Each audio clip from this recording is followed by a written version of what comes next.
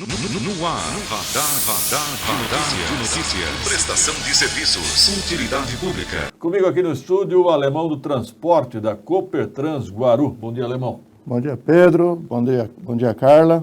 E aos ouvintes telespectadores do Radar de Notícias. Como é que está o transporte coletivo, principalmente o alternativo em Guarulhos? Ô Pedro, desde o mês de abril, né, a quarentena aí, nós tivemos uma mudança no formato das nossas programações. Por nós sermos individuais, todos os micreiros estão operando todos os dias. Porém, com uma programação diferente do que era anteriormente. Ou seja, trabalhando-se meio período. Né? O normal era se trabalhar em torno de 20 horas dia, o micro-ônibus, né? E hoje estamos trabalhando em torno de 9 horas dia. Então, que havia dois motoristas aí? Exatamente. Então, havia dois motoristas, dois operadores, por conta da pandemia, da redução, né? A prefeitura precisou reduzir aí os valores de contrato, né, por questões de subsídios. Também houve uma queda muito grande de passageiros. Então, o formato que hoje, até hoje ainda estamos operando, a frota opera 100% no pico, né?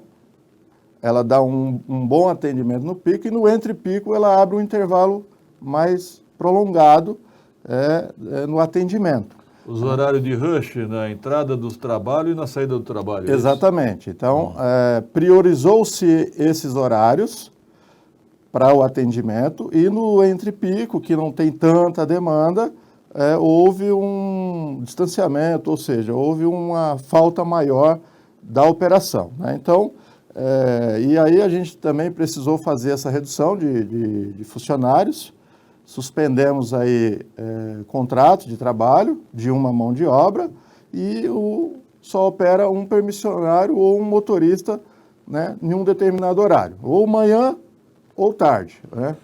Então, alemão, como que era antigamente as lotações. Sim, alemão, então o transporte alternativo também, os micro-ônibus, também não estão operando com 100% da capacidade? Então, no dia inteiro não, né? Porque, como eu falei, os micros eles operam todos os dias, 100%. Porém, os horários...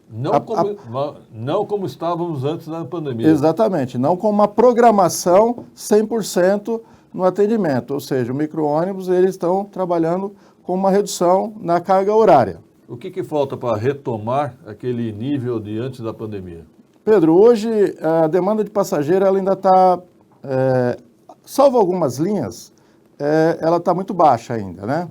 Então, no início da pandemia, março e abril, houve uma queda de 70% dos passageiros. Normal, porque todo mundo isolado, isolamento social e casa.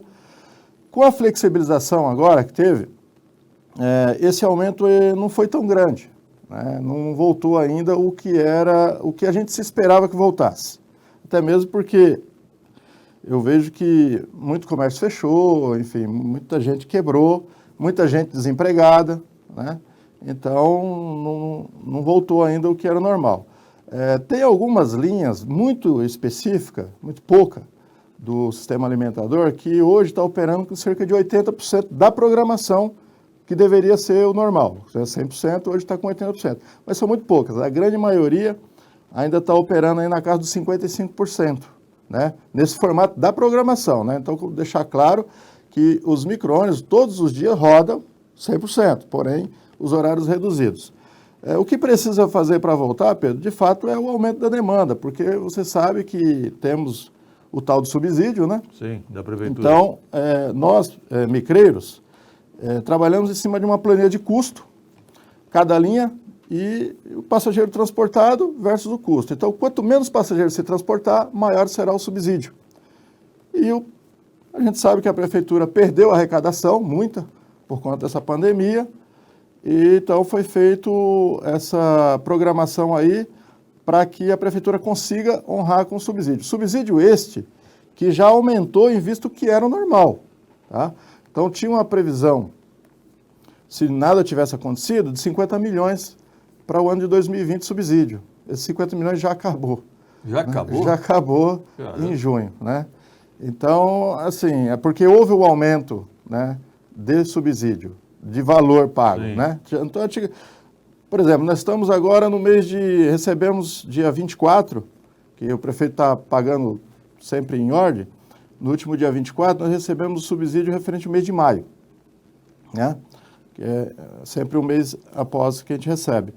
Esse subsídio normal seria algo em torno de 1.200.000, pra você ter ideia, se não tivesse nada da pandemia.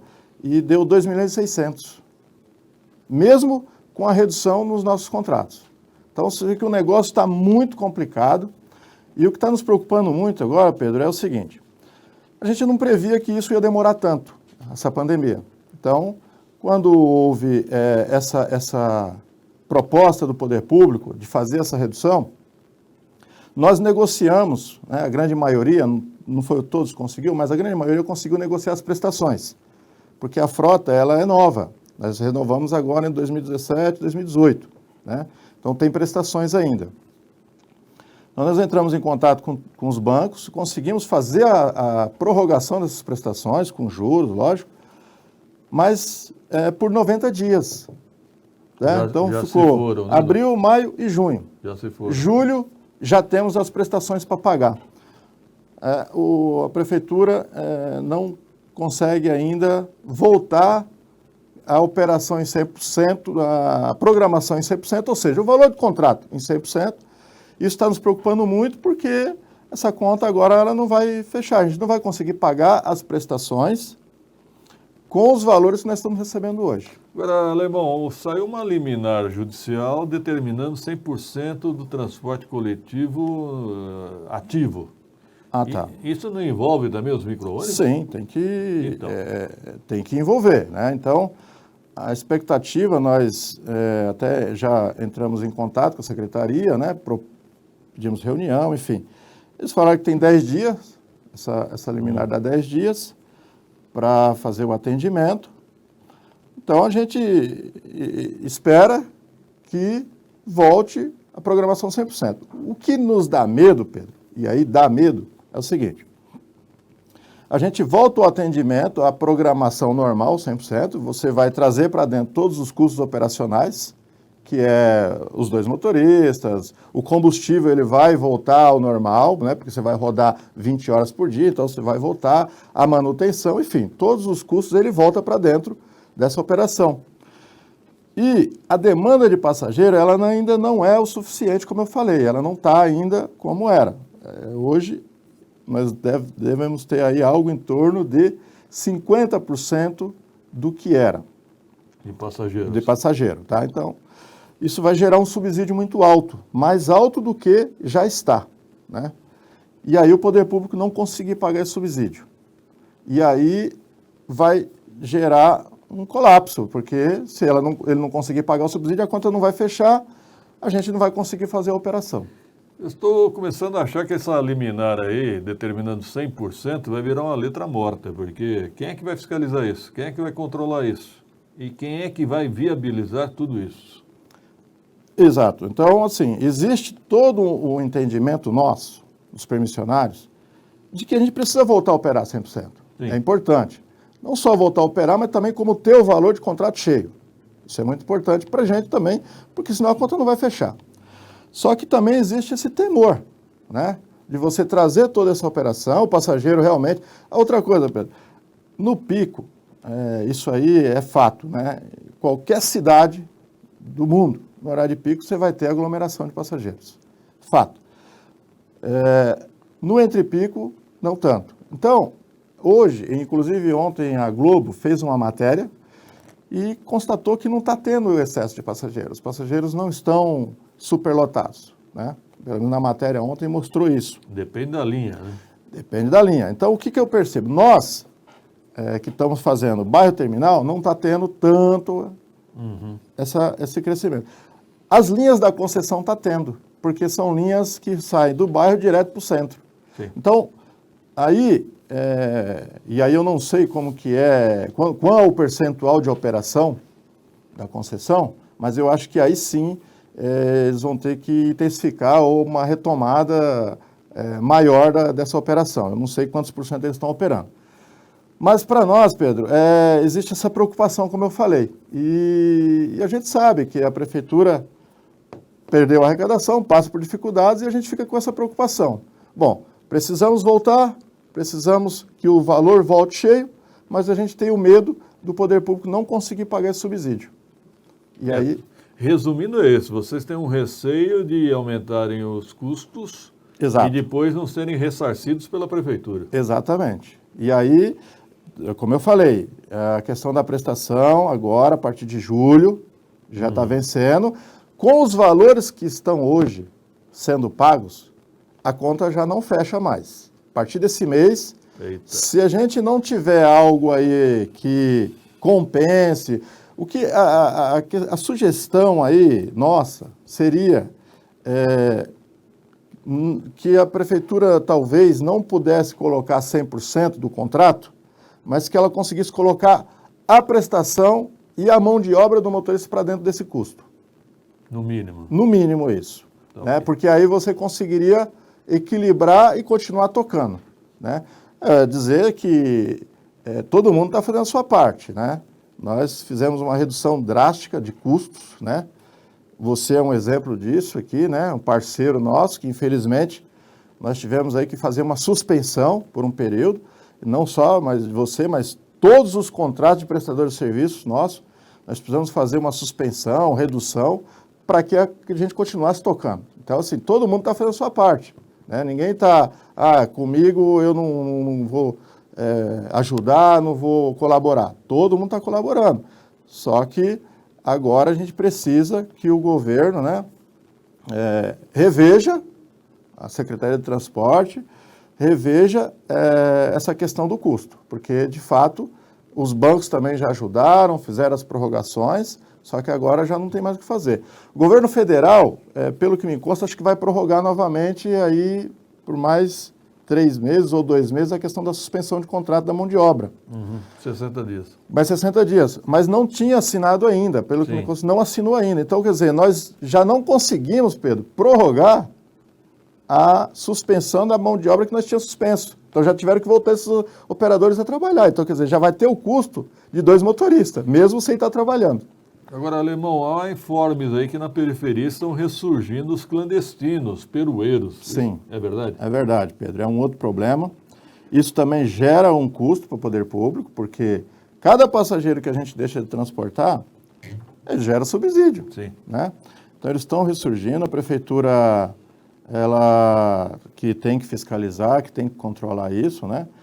E eles alegam que não tem pátio, né? Para poder fazer a apreensão dos veículos e levar para o pátio. Então, assim, Pedro, a gente sabe da dificuldade, o pessoal dos escolares também estão passando por uma situação muito difícil.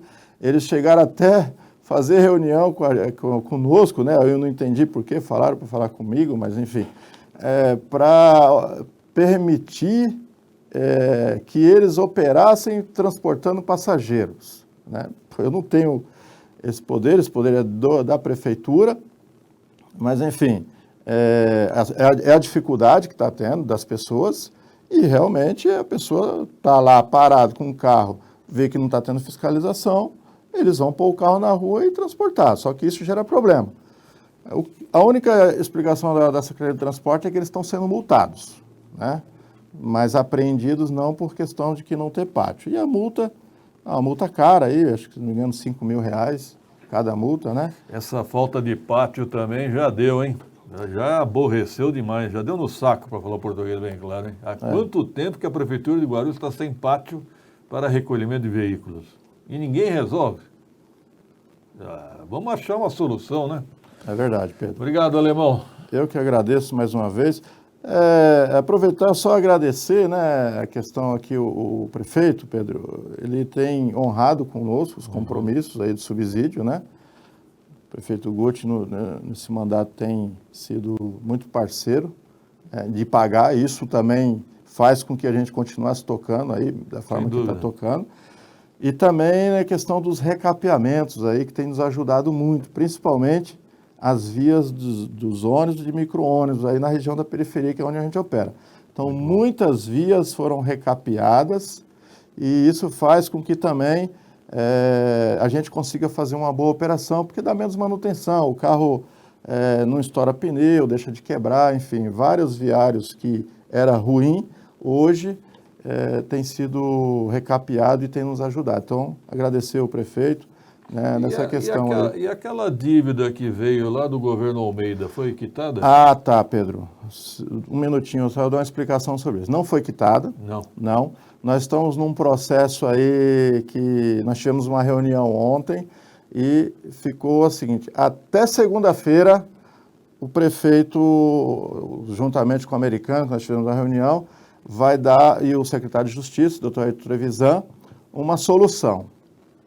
Ou vai fechar um acordo, que a gente já deu entrada num processo administrativo para propor um acordo para pagar parcelado, né? E aí a gente sabe da dificuldade, não tem problema. Assinando um acordo para que não haja prescrição, sim, a gente concorda em começar a receber daqui a 60, 90 dias, talvez em janeiro, não tem problema. O importante é que não haja a prescrição. Entendi. Até segunda-feira eles vão dar esse... Ou vai pagar ou a gente vai ajuizar. E aí, ajuizando, vai ficar muito mais caro para a prefeitura, Pedro, infelizmente. Por favor, me informe quando tiver um desfecho. Com certeza. 7h31. Um rápido intervalo.